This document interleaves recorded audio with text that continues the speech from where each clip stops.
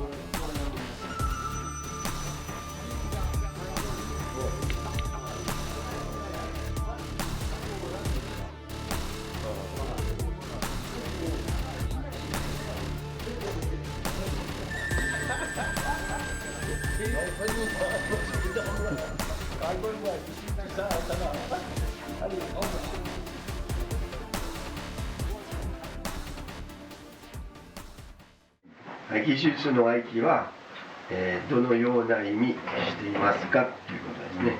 だから合気は呼吸と呼吸の出し方っていうかなと呼吸の呼吸法ということは呼吸ということは自分の呼吸を相手の呼吸をも察知するっていうことだね。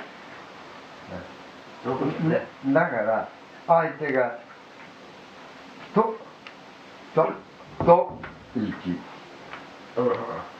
わゆる吐く息と吸う人で成り立ってるんですよ、人間は。またどこが弱いかっていう吸う息の方が弱い。そうだね。吐く息の方が強い。ね、それをけど他の人は気というんですな、空気の茎からね。だけど合気ということは結局呼吸法で気であるということですな。気だけど吐息、吸う息と吐く息との。ということは例えば相手の息を取るという意味もあるね。もうできなくなる。かく乱される場合があるし、ということはせんでいいやね。こうやってやったら吸い込んだ吸うのが口から吸う。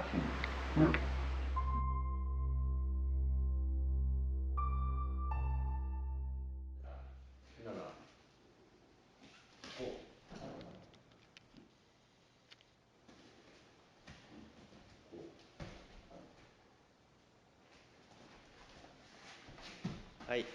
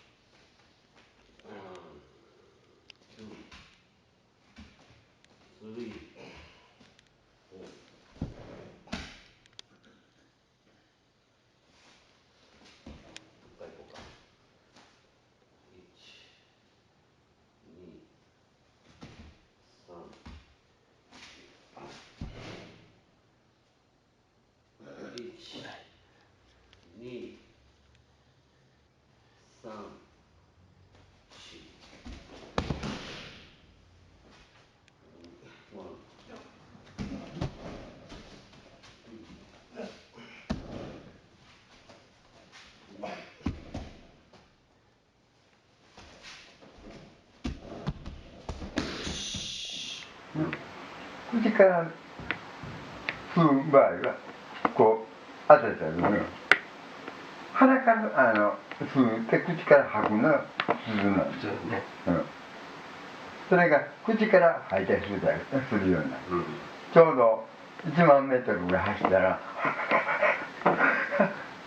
ここがいよいよ10分の1もう1000ぐらいの口ばっかりそれを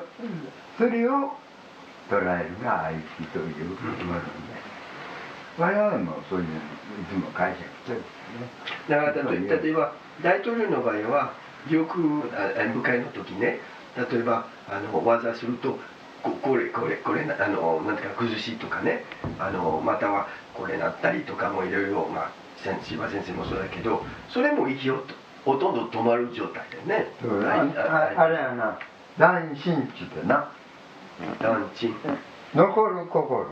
はい。その意味。はいはい。だってこうするのはね、ついにそれがまた反撃する場合があるということ。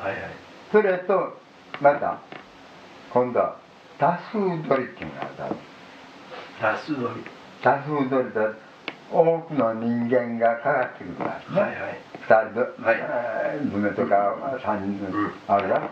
その時にパッとこう構えとくね。それでなしに次に後ろから来るや横から来るや分かる。だから人間というものは相手の方を向いておるっていうことです。それが斬新の根本。こうおったらあかんだろ。こっちからパーって来たら見えん。こうやったら180度見えたらこういうふうに。だから横に乗るのは見えるわけよ。攻撃してくるのはやっぱり攻撃する時にはやっぱり反射神経というかな、そういうものを感じるような、やっぱり高級です。それでヤンキーもな。それがなかったり、だけどこの練習は全部握って練習をする。普通だったら離れてやってきたものをやる。ということは最初も例えば1箇所2箇所は全部人間はね、で3箇所からちょっとそれが握ってくる、ね、だからその場合はやっぱり肩でやるからね、肩で覚えて次は手を離して123とかな申し合わせして練習すると。次に一度にかからす。一度に3人なら3名同時に相手の胸ぐらを掴んで殴ってくるとかいろいろとそういう攻撃どうにするか。どんどん息は大きくなるわね。広がるわね。それで人間はね、お自然にとってできるんですよ。そういうことは。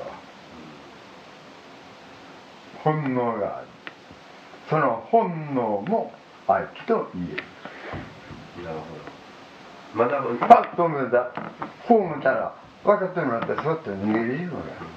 動物と一緒はね。猫がこれしたら。動物じゃけどね、人間も。だけど動物の本能があるわけ。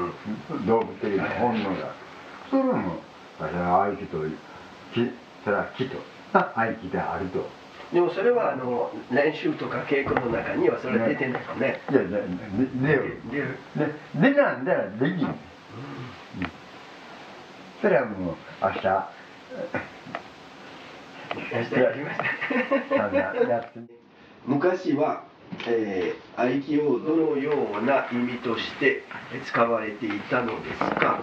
昔だから今はその質問の答えはほとんど出ましたと思いますけどね。昔といったっていう昔の人の気持ちは分からないですね。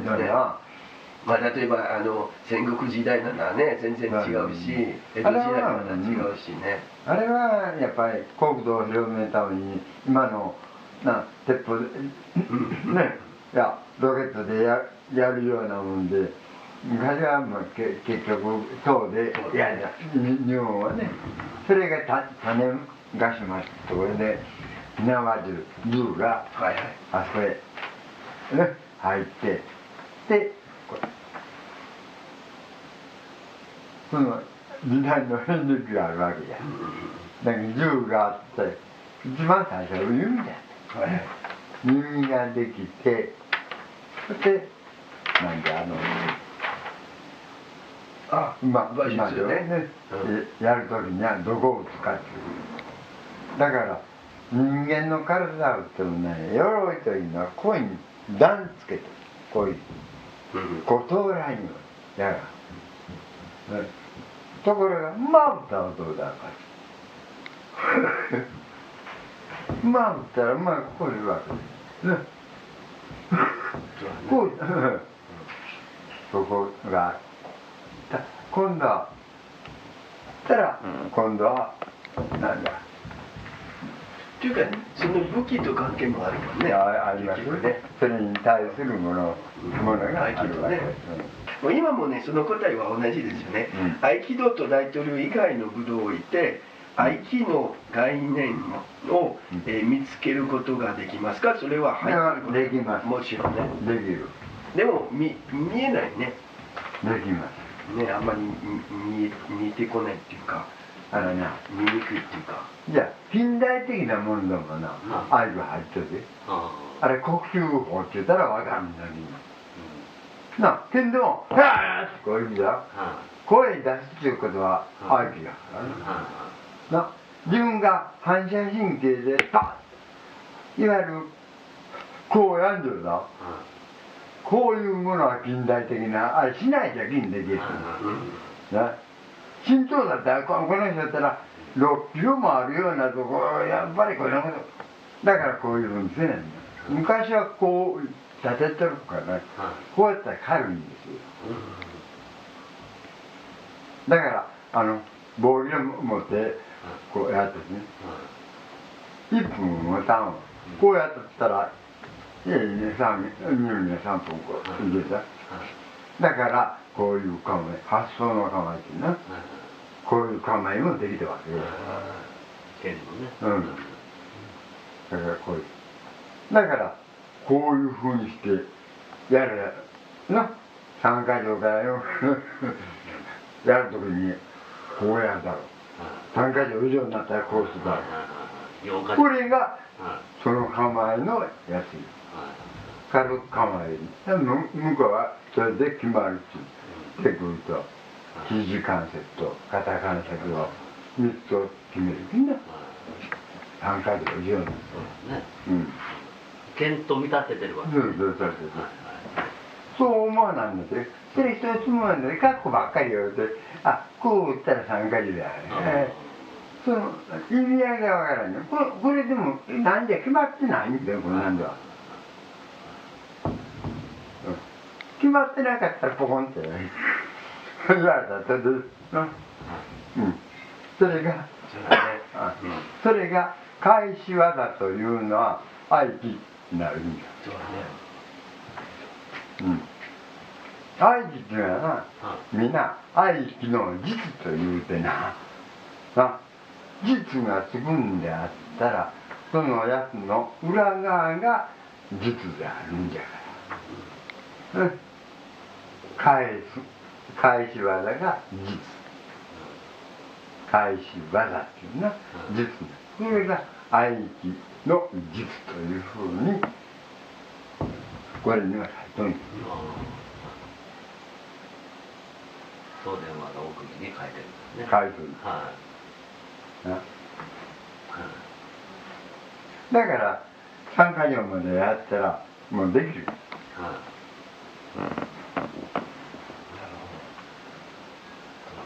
もうなかなか簡単や、昔はクレなんだんで。今はみんなね、みんな中電奥電でどういうところおぎを極めたっていうあのおぎですね。